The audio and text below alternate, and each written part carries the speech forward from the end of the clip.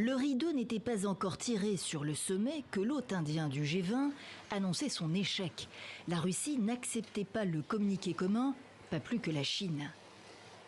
Il y a eu des divergences irréconciliables sur l'Ukraine entre différentes parties. Principal point de blocage selon la présidence indienne du G20, la mention de retrait complet et inconditionnel de la Russie du territoire de l'Ukraine. Dans un message préenregistré, le Premier ministre indien avait anticipé cet échec. Nous devons tous constater la crise du multilatéralisme aujourd'hui. L'expérience de ces dernières années, la crise financière, le changement climatique, la pandémie, le terrorisme et les guerres montrent l'échec de la gouvernance mondiale.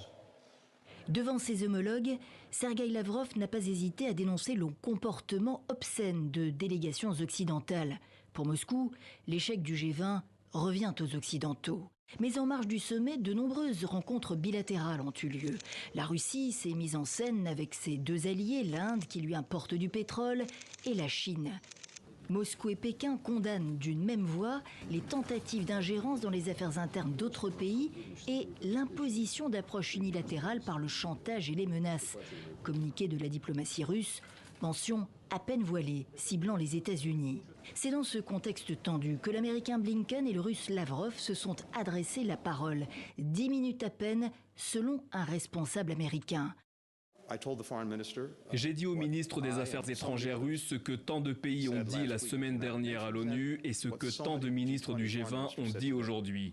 Cessez cette guerre d'agression et engagez-vous dans une diplomatie sérieuse qui peut produire une paix juste et durable.